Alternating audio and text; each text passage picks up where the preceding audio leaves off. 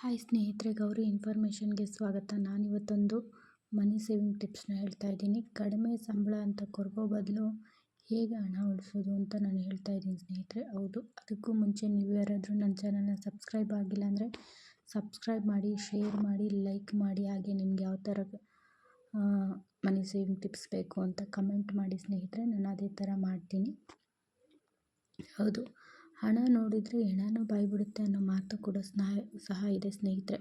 ಹೌದು, ಗರಿ note bank balance ನೋಡ್ತಿದ್ದಂತೆ ಕೈಯಲ್ಲಿ ನಮಗೆ ಕೆರೆತ ಶುರುವಾಗುತ್ತೆ. ಅಂದರೆ ಬೇಕೋ ಬೇಡವೋ ನಾವು ಶಾಪಿಂಗ್ ಮಾಡ್ತೀವಿ, ಟ್ರಿಪ್ ಹೋಗ್ತೀವಿ. ದುಡ್ಡು ನಮ್ಮ ಕೈಯಲ್ಲಿತ್ತು ಅಂದರೆ ನಾವು ಈ ಥರ ಎಲ್ಲ ಮಾಡ್ತೀವಿ. ಉಳಿತಾಯ ಒಂದು ಕಲೆ. ನಾವು ಸ್ವಂತವಾಗಿ ಉಳಿತಾಯ ಮಾಡೋದನ್ನು ಬಿಟ್ಟು ನಾವು ದುಡ್ಡು ನೋಡಿದ್ರೆ ನಮ್ಮ ಕೈಯಲ್ಲಿ ದುಡ್ಡು ನಿಲ್ಲಲ್ಲ. ಆ ಥರ ಎಲ್ಲ ಮಾಡ್ತೀವಿ. ಉಳಿತಾಯ ಮಾಡೋದು ಬಿಟ್ಟು ಬೇರೆ ಎಲ್ಲನೂ ಮಾಡ್ತೀವಿ ಸ್ನೇಹಿತರೆ. ಮನುಷ್ಯನ ಆಸೆಗೆ ಮಿತಿನೇ ಇಲ್ಲ. ಕೈಗೆ ಹಣ ಬಂದಂತೆ ನಮ್ಮ ಆಸೆಗಳು, ಕನಸುಗಳು ಹೆಚ್ಚಾಗುತ್ತಾ ಹೋಗ್ತಾ ಇರುತ್ತೆ. ಕಡಿಮೆ ಸಂಬಳ ಇದ್ದಾಗ ಸಣ್ಣ ಮನೇಲಿರ್ತೀವಿ. ವ್ಯಕ್ತಿಗೆ ಸಂಬಳ ಜಾಸ್ತಿ ಆದಷ್ಟು ನಾವು ದೊಡ್ಡ ಮನೆಗೆ ಶಿಫ್ಟ್ ಆಗ್ತೀವಿ. ಸಂಬಳ ಜಾಸ್ತಿ ಆಯ್ತಲ್ಲ ಇನ್ನೇನು ಅಂತ ದೊಡ್ಡ ಮನೆಗೆ ಶಿಫ್ಟ್ ಆಗ್ತೀವಿ.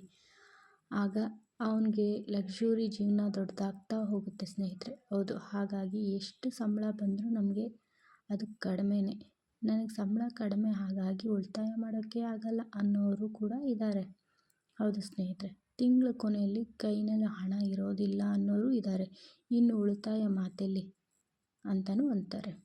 ಸಂಬಳ ಹೆಚ್ಚಾದರೆ ಆರಾಮಾಗಿ ಖರ್ಚು ಮಾಡ್ಬೋದು, ಫ್ಯಾಮಿಲಿ ನೀಡ್ಸ್ನ ಕಂಪ್ಲೀಟ್ ಮಾಡ್ಕೊಬೋದು, ಸೇವ್ ಮಾಡ್ಬೋದು ಅಂದ್ಕೊಳ್ತೀವಿ. ಆದರೆ ಮೊದಲೇ ಹೇಳ್ದಂಗೆ ಸಂಬಳ ಹೆಚ್ಚಿದಷ್ಟು ನಾವು ಆಸೆಗಳು ಜಾಸ್ತಿ ಆಗುತ್ತೆ. ಮುಖ್ಯವಾಗಿ ಉಳಿತಾಯ ಮಾಡೋಕ್ಕೆ ಮನಸ್ಸು ಬೇಕು ಸ್ನೇಹಿತರೆ. ಹೌದು, ಸೇವ್ ಮಾಡೋದಕ್ಕೆ ನಾವು ಮನಸ್ಸು ಮಾಡಬೇಕು.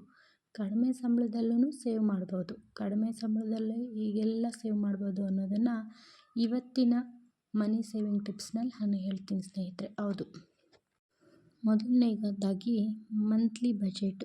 ಮಂತ್ಲಿ ಬಜೆಟ್ ಹಾಕ್ಕೋಬೇಕು. ನಿಮ್ಗೆ ಯಾವುದು ಬೇಕು, ಯಾವುದು ಬೇಡ ಅನ್ನೋದನ್ನು ನಿರ್ಧಾರ ಮಾಡ್ಕೊಳ್ಳಿ. ಆಮೇಲೆ ಬಜೆಟ್ನ ನೀಡ್ಸ್ ತುಂಬ ಇದ್ದರೆ, ಬೇಕು ಅನ್ನೋದಿದ್ದರೆ ಮಾತ್ರ ತೊಗೊಳ್ಳಿ. ಮುಂದಿನ ತಿಂಗಳು ತೊಗೊಂಡ್ರೂ ಆಗುತ್ತೆ ಅನ್ನೋ ವಸ್ತುಗಳನ್ನ ಆ ಲಿಸ್ಟ್ನಿಂದ ತೆಗೆದಾಕಿ. ಅದರಿಂದ ತೊಗೊಳೋ ಖರ್ಚು ಕಡಿಮೆ ಆಗುತ್ತೆ. ಯಾವುದೇ ಕಾರಣಕ್ಕೂ ಬೇಡದೇ ಇರೋ ವಸ್ತುಗಳನ್ನ ತೊಗೊಳಕ್ಕೆ ಹೋಗಬಾರ್ದು. ದುಡ್ಡು ಹಾಳು ಮಾಡಬೇಡಿ. ಲಿಸ್ಟ್ ಮಾಡಿದ ಬಜೆಟ್ನಲ್ಲೇ ಆ ತಿಂಗಳು ಕ್ಲಿಯರ್ ಮಾಡಿ. ಅದಕ್ಕಿಂತ ಹೆಚ್ಚಿಗೆ ಹಣವನ್ನು ಖರ್ಚು ಮಾಡಬೇಡಿ. ಎರಡನೇದು, ಇನ್ವೆಸ್ಟ್ಮೆಂಟ್ ಮಾಡೋದು ಕನ್ಫರ್ಮ್ ಮಾಡ್ಕೊಳ್ಳಿ.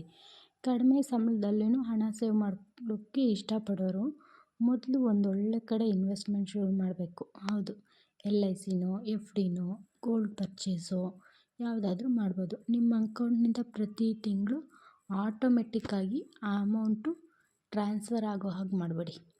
ತಿಂಗಳು ಒಂದಿಷ್ಟು ಅಮೌಂಟ್ ಟ್ರಾನ್ಸ್ಫರ್ ಆಗೋ ಥರ ನೀವು ಇನ್ವೆಸ್ಟ್ಮೆಂಟ್ ಮಾಡ್ಕೊಂಬಿಡ್ಬೇಕು. ಇದು ಕೂಡ ಎಮರ್ಜೆನ್ಸಿ ಟೈಮ್ನಲ್ಲಿ ಹೆಲ್ಪ್ ಆಗುತ್ತೆ ಸ್ನೇಹಿತರೆ. ಹೌದು, ಇನ್ನು ಮೂರನೇದು, ಅನಗತ್ಯ ಖರ್ಚು. ಎಷ್ಟೊಂದು ಜನರು ಅವ್ರ ಸಂಬಳಕ್ಕಿಂತ ಜಾಸ್ತಿ ಖರ್ಚು ಮಾಡ್ತಾರೆ ಸ್ನೇಹಿತರೆ. ಇದರಿಂದ ಪ್ರಾಬ್ಲಮ್ ಆಗುತ್ತೆ. ಹಾಗೆ ಟ್ರಿಪ್ಪು, ಹೋಟೆಲು, ಊಟ ಯಾವುದೇ ಎಂಜಾಯ್ಮೆಂಟ್ ಮಾಡುವಾಗ ನಿಮ್ಮ ಲೆಕ್ಕಾಚಾರ ಇಟ್ಕೊಂಡು ಮಾಡಿ. ಸ್ವಲ್ಪ ಲೆಕ್ಕಾಚಾರ ಹಾಕ್ಕೊಂಡು ನೀವು ಖರ್ಚು ಮಾಡಿ. ನೆಕ್ಸ್ಟ್ ಬಂದು ಶಾಪಿಂಗು ಸ್ನೇಹಿತರೆ. ಹೌದು, ಶಾಪಿಂಗು. ತುಂಬ ಜನರು ಶಾಪಿಂಗ್ ಅಂದರೆ ಇಷ್ಟ. ಆಗಾಗ ಶಾಪಿಂಗ್ ಹೋಗೋದು, ಬೇಕಾಬಿಟ್ಟಿ ಶಾಪಿಂಗ್ ಮಾಡ್ತಾರೆ. ತಿಂಗಳಿಗೆ 2-3 ಸತಿ ಶಾಪಿಂಗ್ ಮಾಡ್ತಾರೆ. ದುಬಾರಿ ಬೆಲೆ ಬಟ್ಟೆ, ಚಪ್ಪಲಿ ಹೀಗೆ ಬೇಡದೇ ಇರೋ ಪ್ರಾಡಕ್ಟ್ಸ್ನ ಮನೆಗೆ ತಂದು ಹಾಳು ಮಾಡ್ತೀವಿ ಸ್ನೇಹಿತರೆ ಹಣವನ್ನು. ಇದು ಬೇಕಾಗಿರಲ್ಲ. ಇದರಿಂದ ಮನಿ ಸೇವ್ ಮಾಡಬಹುದು. ಹೌದು, ಫಸ್ಟು ಅಮೌಂಟ್ನ ಸೇವಿಂಗ್ಸ್ಗೆ ಅಂತ ಇಟ್ಟು ಉಳಿದ ಅಮೌಂಟ್ನ ನಾವು ಯಾವಾಗಲೂ ಖರ್ಚು ಮಾಡಬೇಕು ಸ್ನೇಹಿತರೆ ಶಾಪಿಂಗಿಗೆ ಅಂದರೆ. ಹೌದು, ಮೊದಲು ಸೇವಿಂಗ್ಸು, ಆಮೇಲೆ ಖರ್ಚು. ನೆಕ್ಸ್ಟು ಯುಟಿಲಿಟಿ ಬಿಲ್ಲು ಸ್ನೇಹಿತರೆ. ಯುಟಿಲಿಟಿ ಬಿಲ್ಲು ಅಂದರೆ current bill, water bill, gas bill, internet bill, ಈ ಥರ ಎಷ್ಟೊಂದು ಬಿಲ್ಗಳನ್ನ ನಾವು ನೆಗ್ಲೆಕ್ಟ್ ಮಾಡ್ತೀವಿ. ಹೌದು, ಈ ಎಲ್ಲ ಬಿಲ್ಗಳನ್ನ ಒಟ್ಟಿಗೆ ಮಾಡಿ ನೋಡಿದ್ರೆ ಎಷ್ಟೊಂದು ಖರ್ಚು ಮಾಡ್ತಿದ್ದೀವಿ ಅನ್ನೋದು ಗೊತ್ತಾಗುತ್ತೆ ಸ್ನೇಹಿತರೆ. ಹಾಗಾಗಿ ಈ ಬಿಲ್ಗಳ ಮೇಲೆ ನಾವು ಸ್ವಲ್ಪ ನಿಗಾ ಇಡಬೇಕು. ಇದಿಷ್ಟು ಇವತ್ತಿನ ಮನಿ ಸೇವಿಂಗ್ ಟಿಪ್ಸ್ ಸ್ನೇಹಿತರೆ. ಈ ಟಿಪ್ಸ್ ನಿಮಗೇನಾದರೂ ಇಷ್ಟ ಆಗಿದರೆ ನನ್ನ ಚಾನಲ್ನ ಗೌರಿ ಇನ್ಫಾರ್ಮೇಷನ್ನ ಲೈಕ್ ಮಾಡಿ, ಶೇರ್ ಮಾಡಿ, ಸಬ್ಸ್ಕ್ರೈಬ್ ಮಾಡಿ.